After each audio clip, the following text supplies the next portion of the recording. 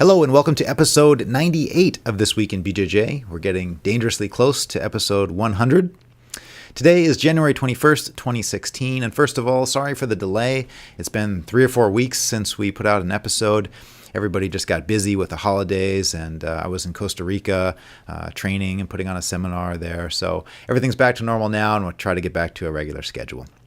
On today's show, we're going to talk about 4 new DVD releases, and we have an interview and techniques by Roy Harris.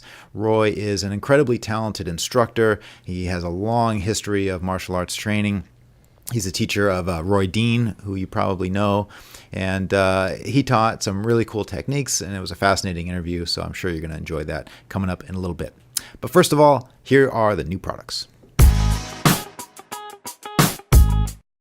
4 new DVD releases. First of all, Back Attack Blueprint. This is a 3 DVD set by Hoist Gracie black belt Matt Arroyo, and Matt really breaks down all the different ways to take the back, control the back, and finish from the back position. Really cool set, now shipping. Second release is the Machado family karate seminar.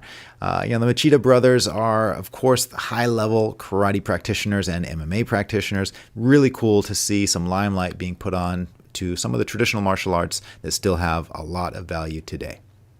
Thirdly, Escapes from Everywhere. This is a 4 DVD set by the current 2-time gold medal champion in his weight class and the absolute division, Bernardo Faria. This one is all on escapes. It's a position that you don't really see him in too much. He's not put in bad positions, passed almost everybody's guard, and submitted almost everybody he fought so far, actually throughout 2015. So he is the man to learn from. Really cool set here.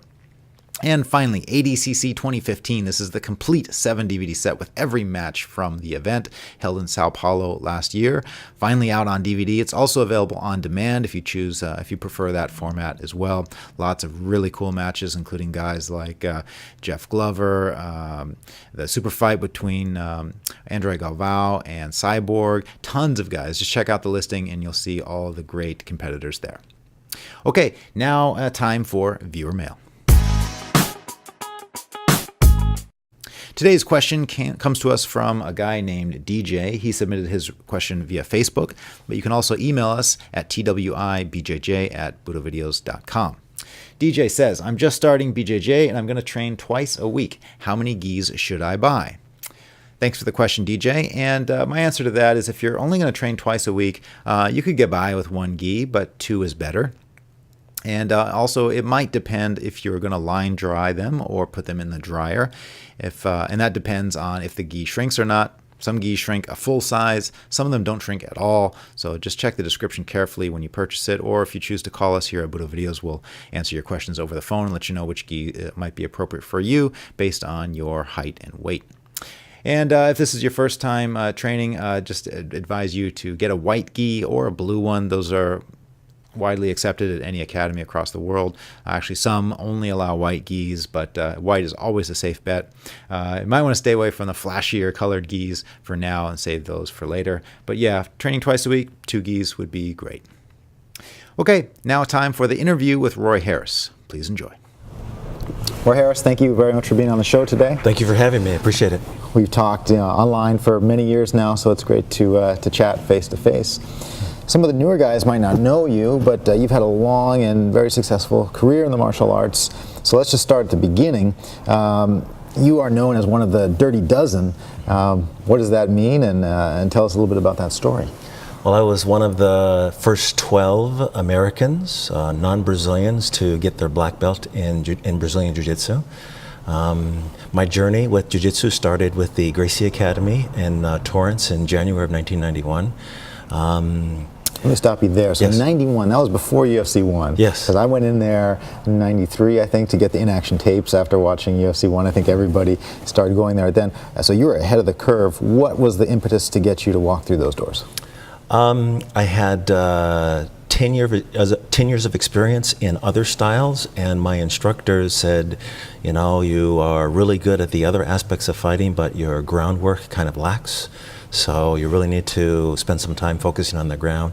And I had done some wrestling and some of the shoot fighting, but I didn't like it. And so when I moved out here to California in '86, Met a guy who, from the Inosanto Academy, we sparred on asphalt, because he was telling me about these Brazilian guys that would take you to the ground and choke you out. And my response at first was kind of, no big deal. Well, I outweighed him by 50-some pounds, and out in the parking lot when we sparred, he shot in, took me down to the ground, mounted on top of me, slapped my face. I couldn't push him off. I turned over. He choked me.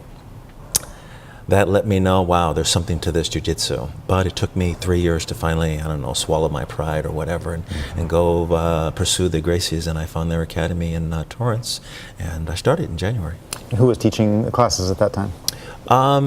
Well, first they mandated that you go through their 36 lesson self-defense course, and so my first instructor was Gracie, and from time to time he switched off with Horian, but the group classes were run by Hoyce and Hickson. Wow. And so, yes. I'm sure you have tons of stories about all those guys, but does anything in particular stand out? Any lessons you learned or anything interesting that happened with those legends teaching? I have a lot of really good memories from the Gracie Academy.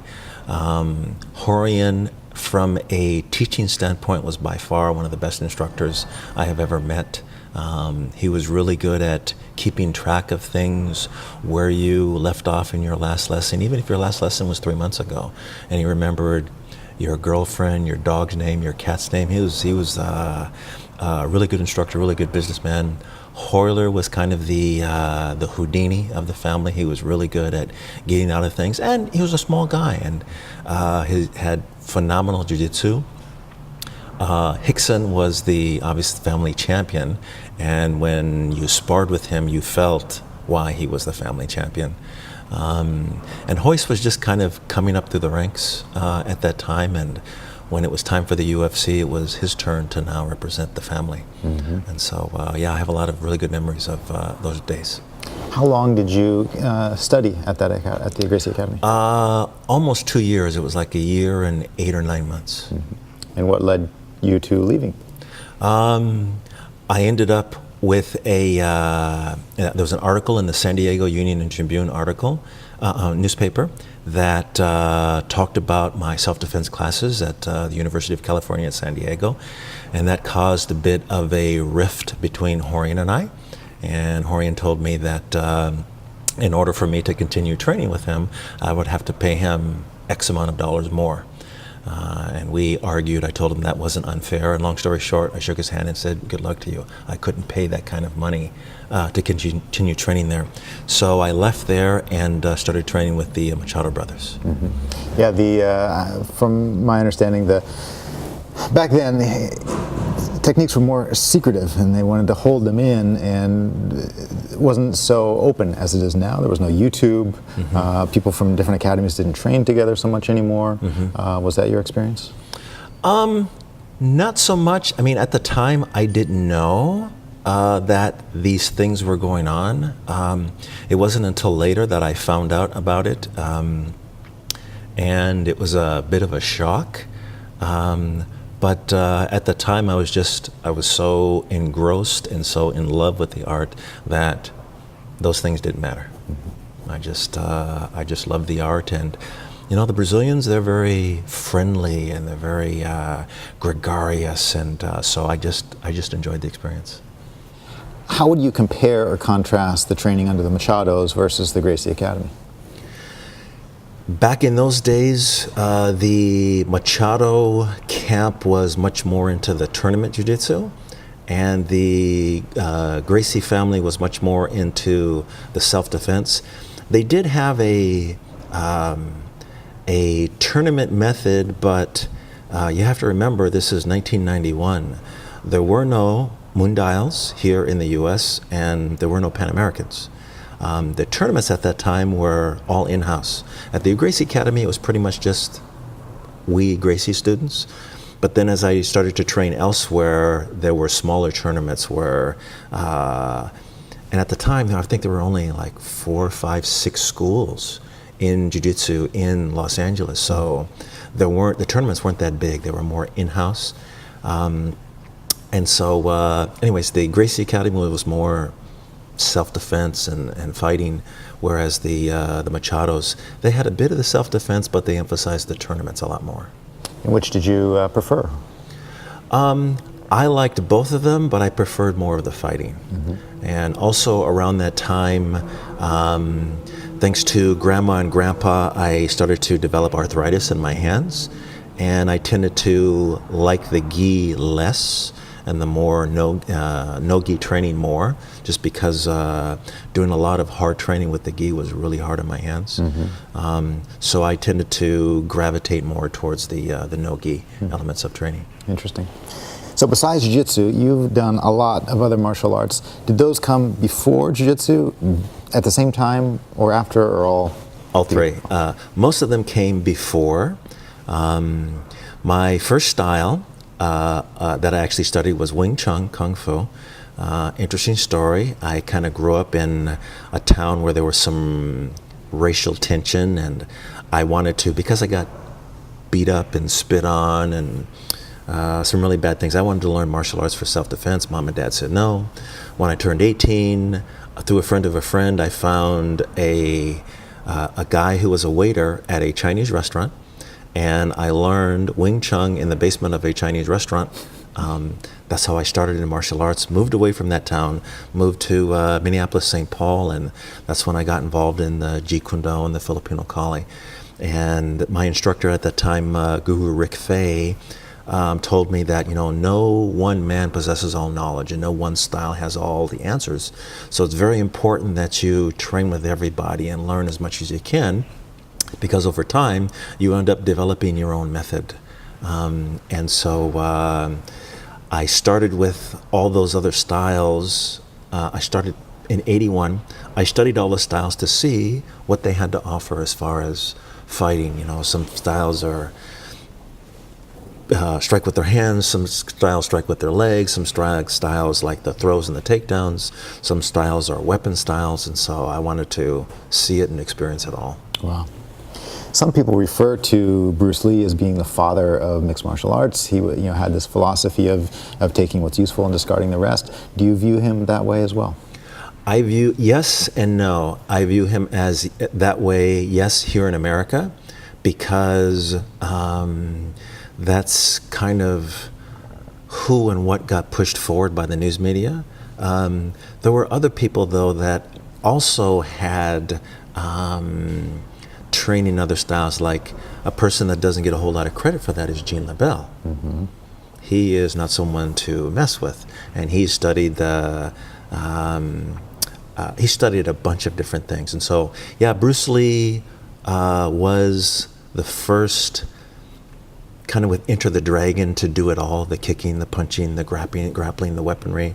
But before him, there were other people in this country, and in other countries around the world, there were other people who studied multiple styles. Yes. So just give us a rundown of some of the arts that you have extensively studied. The primary ones that I've studied are Bruce Lee's Jeet Kune Do, which is a mix of a lot of different methods. The Filipino arts of Kali, Eskrima, Arnis, with the weaponry. And the weaponry is the stick, the knife, the sword, a rock, a chain, a piece of cloth, a piece of rope. Excuse me. I've also been involved in the French arts, as far as boxe française savate, lakan, ibaton, and panache. Been involved in some Indonesian arts. But the main ones have been Jeet Kune Do, the Filipino martial arts, and the Brazilian Jiu-Jitsu. Those are my core arts. Okay. So you have a lot of experience with hand-to-hand combat. Yes. What is your view of modern day jiu-jitsu self-defense training? The idea, not the points fighting, not MMA, but the stand-up applications that are taught in a lot of jiu-jitsu schools around the country. Do you think it's effective and worthwhile? Do you think it's lacking? Do you think it's perfect? I think it, overall, I think it's a good start. What I see missing, and this is my perspective, there are 4 parts to self-defense. There's the theory aspect, having the proper mindset and training what works for you. So you just can't have a generic product that works for everybody. It kind of has to be molded for the individual. You've got the technical aspect, which really is how and what. How do I escape? What do I do when somebody... the third element you have is the training element. Technical knowledge by itself never equals a skill. There has to be some physical attributes, some speed, power, explosiveness, balance, coordination. These qualities have to be developed along with the techniques. So you got the theory, you got the technique, you got the training methods, and then finally you have the tactics. And between training method and tactics, you have to have scenarios, because you have to not only train your body, you got to train your mind, you got to train your heart. I've told my students this for years, when the fecal matter hits the blades, first response is usually shock and denial. And there's paralysis, and then you think of something to do. What gets rid of that pause is scenario-based training.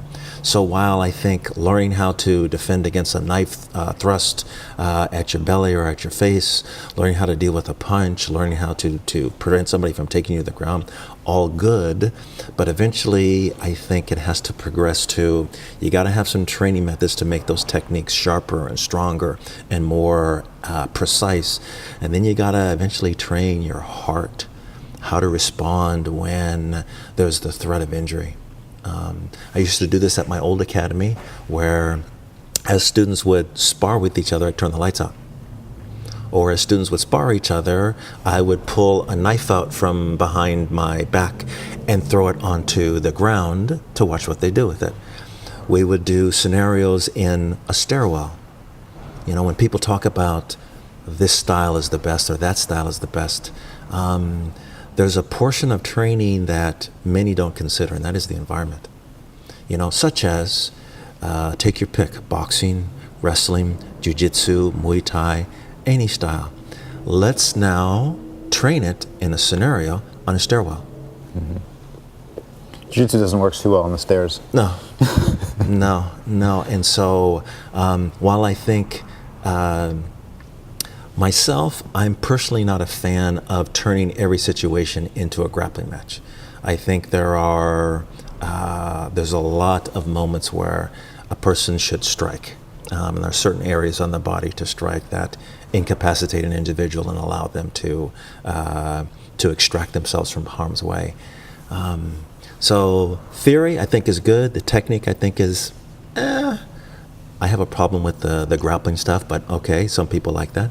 What I think is lacking is the training methods, because I don't really see a lot of emphasis on scenarios. Mm-hmm. And then the tactics. How do you train this for an environment that says you can't move left, you can't move right, or a stairwell, wet grass, a pool, a bathroom, an enclosed space.